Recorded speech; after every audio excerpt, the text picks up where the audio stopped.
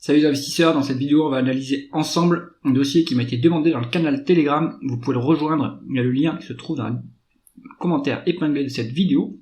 Pensez à vous abonner à la chaîne si ce n'est pas déjà fait. Allez, on commence avec le cours de l'action Shopify, donc un leader canadien et mondial de l'e-commerce, donc de production de logiciels pour l'e-commerce. On n'est pas si loin des plus hauts, enfin si quand même on est un peu plus bas que les... quand même 25-30% des plus hauts. Est-ce que c'est le moment de profiter du rebond sur Shopify? On va regarder ça ensemble. On est sur une croissance du chiffre d'affaires en médiane très élevée de 60%, donc exceptionnel. Les dernières publications, c'est plutôt du 20 et du 26%, donc ça commence à se tasser cette croissance, mais c'est sûr que un niveau de 100% de croissance, c'est pas maintenable très longtemps. Donc on a une croissance qui décélère un petit peu, il y a eu un rebond en 2020-2021, mais depuis ça descend un petit peu, et à mon avis c'est ça, c'est-à-dire qu'aussi le marché commence à ralentir un petit peu, et pour un investisseur, quand les parts de marché sont plus stables, ça donne plus de prévisibilité sur les cash flows, donc c'est plus sécurisant. L'entreprise a réalisé 2,160 millions de dollars, alors c'est des dollars US je pense, d'acquisition sur la période, donc ça aide, ça booste un peu les parts de marché. Mais rien de significatif quand on regarde par rapport à la market cap de l'entreprise. On est donc sur une bonne croissance organique. On continue avec les taux de marge sur Shopify. On est sur un taux de marge brut qui a 51%, un peu en dessous de la médiane de 54%, donc rien de dramatique. Peut-être qu'on a perdu légèrement de la capacité à monter les prix ou à maintenir les prix. Bon, en tout cas, le taux de marge d'EBITDA, lui, il est en hausse par rapport à la médiane et par rapport au début de la période. Donc on a dégagé de l'efficience opérationnelle, ce qui est excellent. Et on a un taux de marge nette qui est plus élevé que le taux de marge d'EBITDA. Donc ça peut arriver quand on a des sociétés mises en équivalence. Donc lorsque l'entreprise a des participations dans d'autres sociétés, ça vient augmenter les bénéfices en part du groupe, viennent augmenter le résultat financier de l'entreprise qui détient les parts de l'autre entreprise, donc ça doit être le cas ici. À vous de voir dans les rapports de l'entreprise quelles sont ses participations. Ça peut venir aussi d'autre chose, le résultat financier, ça peut venir également de la trésorerie qui génère des intérêts. Donc on a un taux de marge nette en tout cas qui varie grandement et qui est on va dire en rebond intéressant depuis 2023.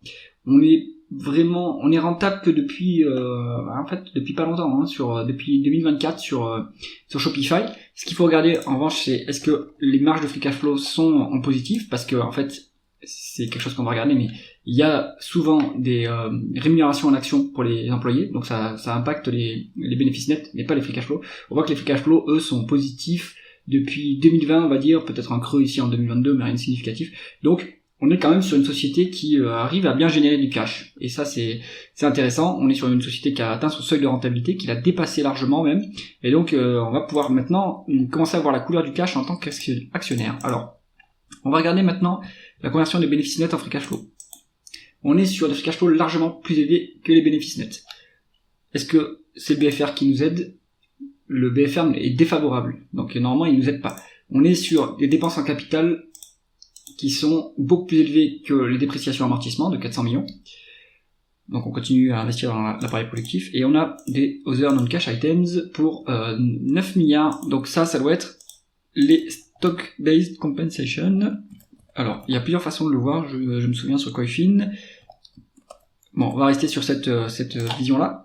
On est sur des... Alors, rémunération en action qui ont atteint les 11%. Au maximum, et là ça semble baisser un petit peu, on n'est plus qu'à 5%, donc il y a de moins en moins de dilution, donc ça c'est plutôt positif pour l'actionnaire de long terme. On est donc sur des free cash flow plus élevés que les bénéfices nets, donc on utilisera plutôt les free cash flow pour valoriser l'entreprise, puisque ça représente mieux la profitabilité, le cash qu'on arrive à dégager. On continue avec la rentabilité opérationnelle, on est sur une médiane de 0, pas de rentabilité, et puis on a eu une période de rentabilité entre 2020 et 2022, et depuis 2023, on accélère en termes de rentabilité. Donc ça c'est très bien, c'est-à-dire qu'on a dépassé le seuil de rentabilité, et si la trajectoire se maintient, on va pouvoir augmenter de plus en plus cette rentabilité opérationnelle. Pour l'instant, on n'est pas en capacité de s'autofinancer, donc il faut taper dans la trésorerie, s'endetter, il faut des augmentations de capital pour pouvoir financer la croissance. Mais on voit que la croissance commence à diminuer, et que la rentabilité augmente, donc ça c'est positif pour l'actionnaire, puisque il y a de moins en moins besoin de faire appel à des capitaux extérieurs pour financer la croissance. Ça c'est super. On continue avec l'endettement du groupe. Ce genre d'entreprise n'est pas endetté en général. On est sur une dette nette qui représente on est sur une trésorerie nette de 3 750 000 000, donc ça c'est très bon. Cette trésorerie nette, elle doit générer des intérêts, vu que c'est placé sur des fonds de trésorerie. Donc on a généré 2 200 000 000 d'intérêts sur la période étudiée, donc ça c'est toujours très bien, ça augmente le résultat financier. Et on va pouvoir regarder le rendement de l'actionnaire. Donc pour l'instant, pas de dividende payé, donc pas de retour de cash. Une dilution, et alors ce qui est positif, c'est que la dilution, elle a l'air de se stabiliser. Donc on a de moins en moins de dilution quand on est actionnaire de Shopify, ce qui est très bien, puisque une dilution c'est toujours un vent contraire contre lequel on va lutter en tant qu'investisseur, parce que ça veut dire que si à bénéfice constant, si le nombre d'actions augmente, on a de moins en moins de part des bénéfices, donc le bénéfice par action diminue mécaniquement. Donc si on freine la dilution, eh bien finalement le bénéfice par action à bénéfice constant va rester stable. Donc ça c'est bien. Et vu que les bénéfices augmentent, eh bien du coup en plus on lutte plus contre ce vent contraire. Donc ça c'est très positif.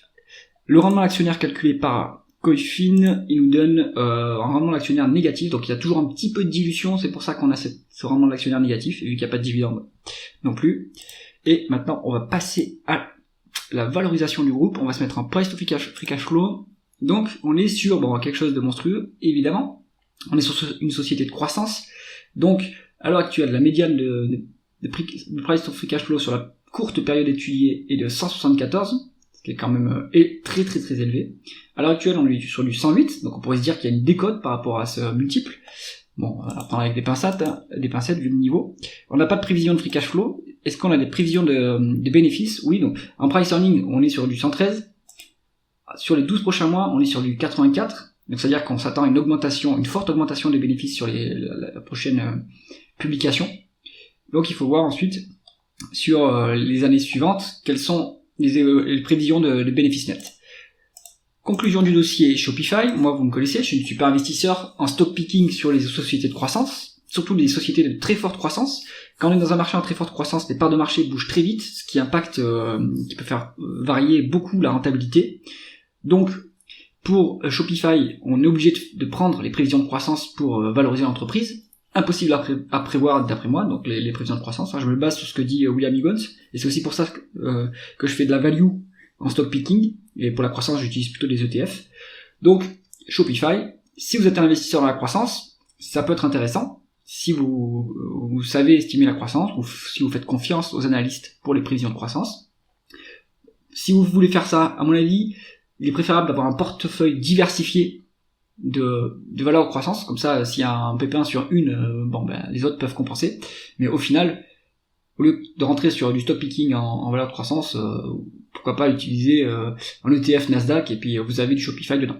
Ça c'est que mon avis personnel. Shopify, moi je me mets à l'écart, mais pour un investisseur dans la croissance, ça peut être évidemment intéressant. J'espère que cette analyse vous aura plu. Si c'est le cas, mettez un pouce vers le haut et pensez à vous abonner à la chaîne. À bientôt.